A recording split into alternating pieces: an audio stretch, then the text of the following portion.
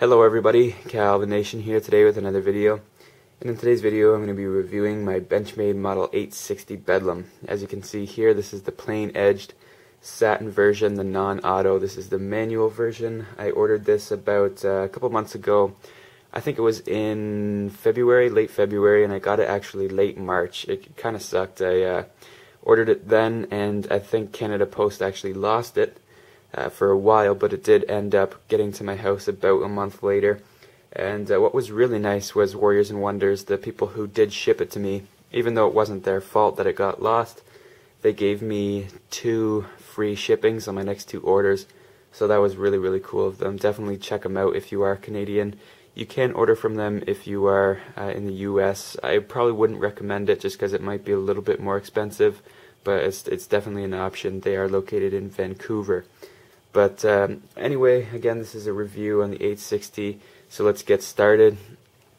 I guess I'll just start with the blade here. This blade is 154 cm, and it's an awesome blade. I don't know exactly what you would call this. I guess it's probably the closest to a Bowie blade, but all they say is just it's a aggressive blade style, and it has a very, it's not a sharpened swedge, but it is a sharp swedge, if you know what I mean. It isn't physically sharpened, but you can see it does come to quite a thin edge right there. And the thing I really like about it is as it goes to the very tip, the swedge actually thickens just a tiny, tiny bit. We'll see if we can get real close to that. And I don't know if you can see that, but it does thicken up here just to give the point a tiny little bit more of strength. So that's really cool. And I guess if you were to really say what this blade is used for, and that probably is combat. So giving the blade a little bit extra strength is a great idea. I really like what they did there. But you can see it is a very aggressive blade style. It's got that very deep belly. So when you stab someone here, you're entering here, and basically when you enter right there, and you can kind of use my finger here as an example. See, if you enter right there, it's going to cut probably a good inch towards my knuckles, because from the tip over to the very edge of the belly, you're looking at about an inch of of belly. So when you're stabbing something, it's going to cut deep. So like they say, a very, very aggressive blade style. You got the dual thumb studs, and oh, before I forget, this is a 154 cm blade. And I don't know about you guys, but a lot of my Benchmades here, you can see that you can barely see the 1 on the 154 cm. I also have that with my mini grip Tillion. It's a little bit far out, almost going right into the handle, the little words there, the 154 cm. I don't know if that happens with a lot of people. Most of my Benchmades have a normal placement for that, but I believe some of them do kind of go out a little bit too far. So just wondering if any of you other guys have that. As for like what I said in my 915 Triage review, this one doesn't come near as stonewashed looking. It is a more satin finish, more similar to Spyderco's. So yeah, very, very nice looking blade. I love that style. And what I actually use this for is food prep, oddly enough. I have really never carried this. For me, it's more of, it's not really necessarily a user, except when it comes to food prep. It's more just a collector's piece, and I also don't really like carrying it, and I'll get into that a little bit more. But this also features the axis lock, and like I said, this is the manual version. You can get this in, I think, 8 different variations. You got the main variations are the plain edge, the combo edge, the black plain edge, and the black combo edge, and you can get that in manual and auto. So there's those 4 main variations, and then the manual and auto. I obviously again have the plain satin manual version, the 86 or the 860. The autos would be the 8600s, and if you did have an auto, you'd just be pulling that axis lock down, and it would open by itself there. For this, obviously, again, it's the manual, so you have the thumb studs. They're dual thumb studs again. Like I said with my 915 Triage video, I like getting my thumb right on top and then just flicking it out. very, very fast opening, like my triage, and I didn't mention it in the video. Both of these knives, the Bedlam and the triage, came a little bit tight, so I had to loosen those pivots up a little bit. But yeah, I like the axis lock. Like I said again in my triage video, not my preferred way of opening it or locking the knife, but I think it is very innovative. Again, just to know a little bit more about this, this pin here is spring-loaded to go up and lock the blade in either opened or closed. There will be a little cutout, as you can see here, for that pin to land in the closed position, and then it just lands in the very flat edge of the tang of the blade there in the open position. You have jimping here with a actual nice steep thumb ramp, which is nice. The jimping works perfectly.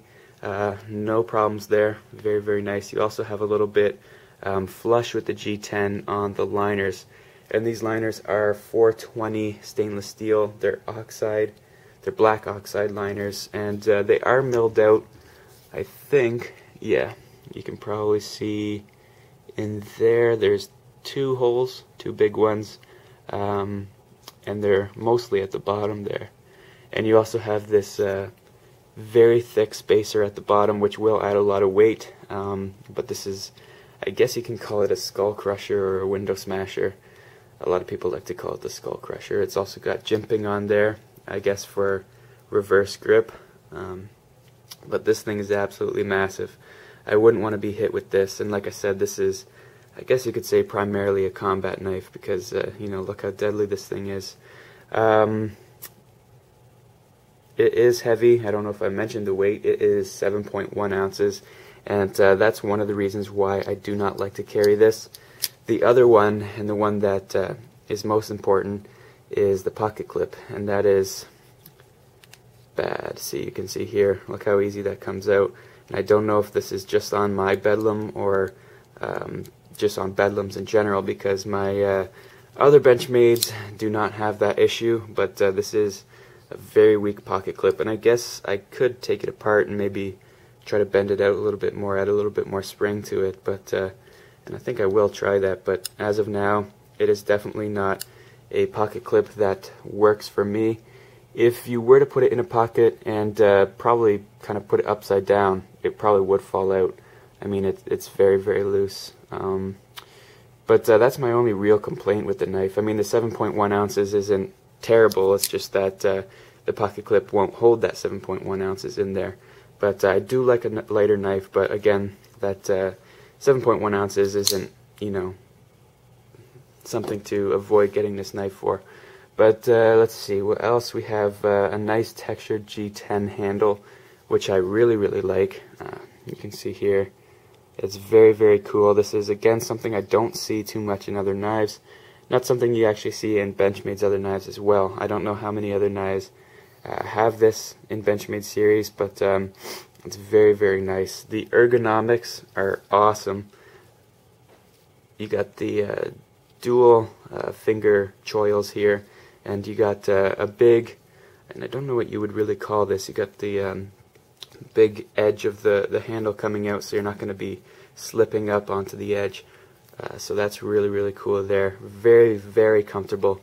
Even that texturing, it kind of just lets your fingers kind of just nicely grab it. And again, with that nice steep thumb ramp there, it's amazing for cutting.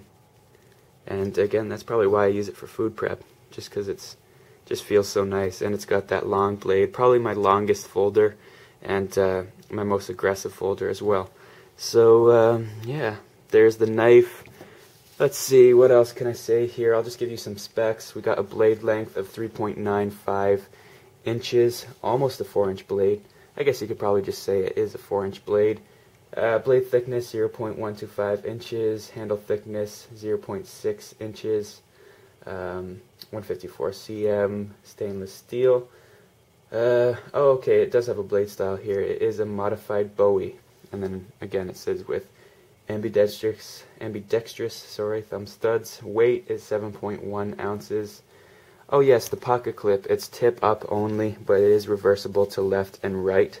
and I might polish that. I think that might look pretty cool. We'll see. Actually, you know what? I think I will. I think I'm going to take that apart, see if I can get a little bit more spring out of it, as well as maybe polish it. Locking mechanism is axis. We got skeletonized black liners. We have a overall length of 9.71 inches, closed length of 5.76 inches.